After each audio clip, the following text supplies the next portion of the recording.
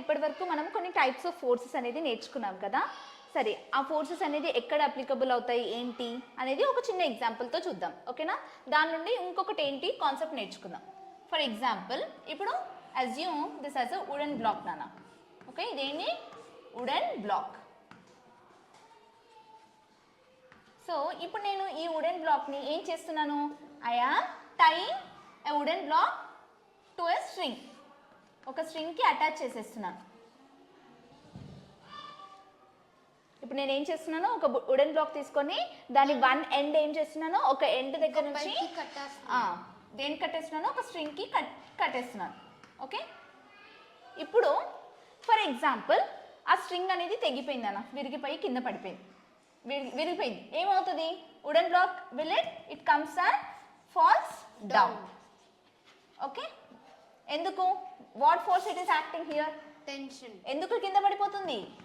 అంటే because of gravity. yes, very good, because of the gravitational force it is falling down, right? so gravitational force వల్ల అది కింద పడిపోతుంది. Okay, ఇంకోటి, అది ఎందుకు కింద పడట్లేదు? ఎందుకు కింద పడలేదు? ఓకే, తెగిపోతే కింద పడుతుంది స్ట్రింగ్ అనేది, కానీ ఇది అలానే ఉంటుంది. ఎందుకు? బికాజ్ సపోర్ట్ ఉంది కాబట్టి. yes, ఒక సపోర్ట్తో మనం ఏం చేసాము? దాన్ని ఒక స్ట్రింగ్కి కట్టేసాం కదా, దాన్ని లాగి ఒక స్ట్రింగ్తో కట్టేసాం కదా. సో అంటే ఇక్కడ ఏం ఫోర్స్ వల్ల అక్కడ అలానే ఉంటుంది? అది టెన్షన్. ఎస్, వెరీ గుడ్, దాన్నే మనం ఏమంటా? టెన్షన్. ఓకేనా?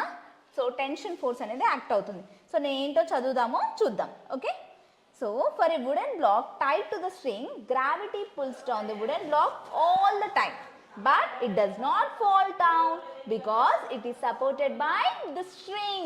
so ఏమని చెప్తున్నాం నాన్న? ఎందుకు కింద పడట్లేదు అంటే because it has a support and they're acting a yes, what it is?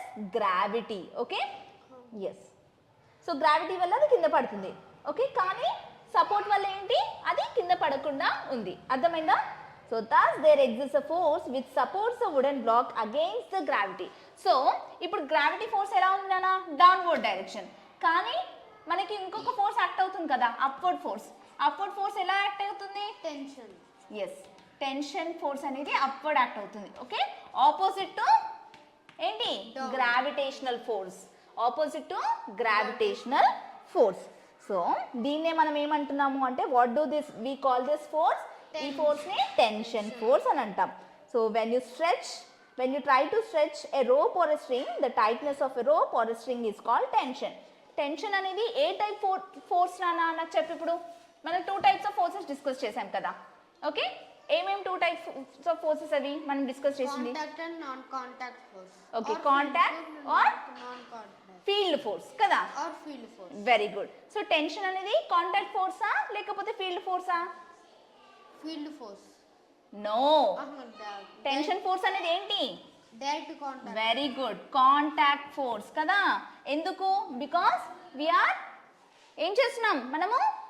String కి yes, మన చేతితో వీఆర్ యూజింగ్ కదా, we're physically contacting the object, right? So here the rope is contacting directly toward to the wooden block and to the string. so there are 2 forces which are acting upon the object kada. so andukani this is enti tension force anedi enti? Contact. that is a contact force. అర్థమైందా? Tension అంటే ఏంటో అర్థమైందా నాన్న? ఏం చేస్తున్నాము? Stretch చేసి మనము దేనికన్నా కట్టేస్తున్నాం. Okay, or else we're trying to stretch. For example, ఇప్పుడు ఒక రబ్బర్ బ్యాండ్ తీసుకున్నాను నాన్న. ఓకే, రబ్బర్ బ్యాండ్ తీసుకొని నేను దాన్ని స్ట్రెచ్ చేస్తున్నాను. ఏ టైప్ ఫోర్స్ యాక్ట్ చేస్తున్నాను నేను ఇక్కడ? Contact. Yes, contact force. Very good. దాన్ని ఏమంటాం మనం? కాంటాక్ట్ ఫోర్స్ లో ఏం చేస్తున్నాం? స్ట్రెచింగ్ కదా. సో స్ట్రెచ్ చేసినాం ఏమంటాము? టెన్షన్ అన్నమాట. టెన్షన్ అంటే పుల్లింగ్, గుర్తుపెట్టుకో. Okay, yes. సో ఇప్పుడు మనం చెప్పిన ఎగ్జాంపుల్లో ఏంటి?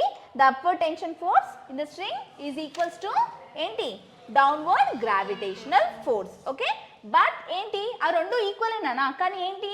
Which are acting both in opposite directions. okay, so hence the 2 forces ఏంటి? 2 forces అనేవి ఏమవుతున్నాయి ఇక్కడ? Balance each other. So balance అవుతున్నాయా లేదా? ఇటు గ్రావిటేషనల్ ఫోర్సా, ఇటు టెన్షన్ ఫోర్స్. ఇందాక మనం ఎగ్జాంపుల్లో చూసాము ఏంటి? ఒక బుక్ కేసులో ఎగ్జాంపుల్ ఏం చూసాము? 2 type ఫోర్సెస్ యాక్ట్ అవుతున్నాయి. ఏంటది? ఒకటి గ్రావిటేషనల్ ఫోర్స్, ఇంకోటి ఏంటన్నా మనం చూసింది నార్మల్ ఫోర్స్. గుర్తుందా? ఎస్, ఇక్కడేమో ఈ 2 టైప్ ఫోర్సెస్. ఇక్కడ ఏంటి? ఇక్కడ 2 types of forces. ఎస్, ఏంటి? గ్రావిటేషనల్ ఫోర్స్ యాక్ట్ అవుతుంది, tension force. Okay, tension force అంటే ఏంటో అర్థమైంది కదా, టెన్షన్ ఫోర్స్ అనమో టెన్షన్. Okay, next. టెన్షన్ అంటే స్టిచ్ చేయటం. ఎస్. సో నాన్న, ఇప్పుడు మనకి 2 ఫోర్సెస్ యాక్ట్ అవుతున్నాయి కదా, సో నువ్వేమైనా అబ్జర్వ్ చేసావా? లైక్ 2 ఫోర్సెస్ అనేవి ఎలా ఉన్నాయి? దే ఆర్ యాక్టింగ్ ఈక్వల్లీ కదా, so equally but opposite in direction. Yes, so ఈ ఫోర్సెస్ అనేది ఎలక్ట్ అవుతున్నాయి. 2 forces acting in the object are equal and opposite directions కదా, ఇది కిందకి ఇది పైకి యాక్ట్ అవుతుంది. ఎస్, సో హెన్స్ ఆబ్జెక్ట్ ఏమవుతుంది? సో అందుకని ఆ ఆబ్జెక్ట్ ఎందుకు నీకు ఇక్కడ 2 ఫోర్సెస్ అనేది ఎలా యాక్ట్ అవుతున్నాయి? ఈక్వల్ అండ్ ఆపోజిట్ డైరెక్షన్ కదా, సో అందుకని మనకి ఆబ్జెక్ట్ అనేది ఎలా ఉంది? స్టేట్ ఆఫ్ మోషన్లో ఉందా, రెస్ట్లో ఉందా? మోషన్ రెస్ట్లో ఉంది. Yes, so the object is in rest position. Okay, ఇందాక కూడా మనము ఎగ్జాంపుల్లో బుక్ పైన gravitational force, normal force act అయినప్పుడు ఏమవుతుంది? ఇక్కడ బ్యాలెన్స్ అయ్యి ఈక్వేషన్స్ ఇక్కడ ఏమవుతుంది? బుక్ అనేది అక్కడ మోషన్లో ఉందా, రెస్ట్లో ఉందా? రెస్ట్లో ఉంది కదా నాన్న, బుక్ మూవ్ అవుతుందా? కాదు, అది అలానే ఉంది యూనిఫామ్గా. రైట్, అర్థమైందా? When 2 forces are acting on the object with equal magnitude but having the opposite directions, then the object is in rest position. అర్థమైందా నీకు? Very good. So technically we say that the net force on the object is 0. నాన్న ఇక్కడ ఏం చెప్తున్నా నీకు అర్థమవుతుందా? So when 2 forces acting upon the object in opposite directions but equal magnitude ఉన్నాయి, so అప్పుడు ఏమవుతుంది? ఆ బాడీ అనేది రెస్ట్లో ఉంటుంది అని చెప్తున్నాము. అదే ఫర్ ఎగ్జాంపుల్ ఇప్పుడు ఒక బాడీ అనేది మోషన్లో ఉంది నాన్న. మోషన్ అంటే ఏంటి? ఫర్ ఎగ్జాంపుల్ మూవింగ్ పొజిషన్ కదా, సో ఒక లిఫ్ట్. ఓకే, లిఫ్ట్లో ఒక బాడీ ప్లేస్ చేశాను. Okay, for example anything object ఏదో ఒకటి. ఓకే, సో అది పైకి కిందకి మూవ్ అవుతుంది కదా లిఫ్ట్, సో అప్పుడు ఆబ్జెక్ట్ అనేది యూనిఫామ్ పొజిషన్లో ఉందా, నాన్ యూనిఫామ్ పొజిషన్లో ఉందా? యూనిఫామ్ కాదు కదా, ఏంటి? The net force acting on object kept inside the ఏంటి lift which is accelerating is. ఇక్కడ నెట్ ఫోర్స్ ఏమవుతుంది? ఇక్కడ 0 ఉంటుందా, ఉండదా? నో, నాట్ 0, ఎందుకంటే మూవ్ అవుతుంది. కానీ ఇక్కడ నెట్ ఫోర్స్ ఏమైంది? అయిపోయింది. ఎస్, నెట్ ఫోర్స్ అనేది మనం డిస్కస్ చేసిన దాంట్లో ఎస్ ఈజ్ 0. ఓకే, అర్థమైందా? ఇక్కడ నెట్ ఫోర్స్ అనేది 0 ఉంటుంది. అదే ఒక లిఫ్ట్లో పెట్టిన ఆబ్జెక్ట్ అనేది మూవ్ అవుతుంది కాబట్టి నెట్ ఫోర్స్ అనేది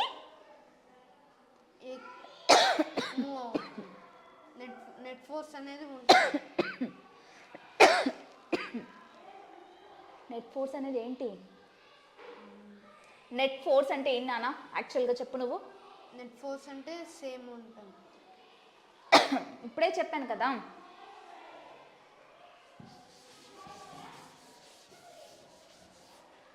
సో ఒక బాడీ పైన 2 forces యాక్ట్ అవుతున్నాయి. ఇక్కడ ఏంటి చెప్పు? ఏమేం forces? How many forces are acting on an object here?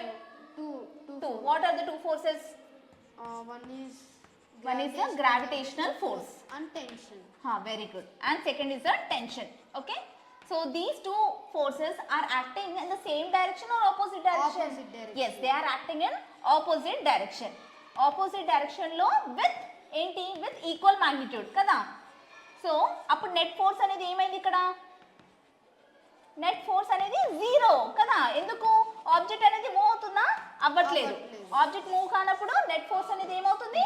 0. అదే నేను ఇంకొక ఆబ్జెక్ట్ తీసుకొని ఆ ఆబ్జెక్ట్ మూవింగ్ లిఫ్ట్ లో పెట్టాను నాన్న, ఆ మూవింగ్ లిఫ్ట్ ఏమవుతుంది?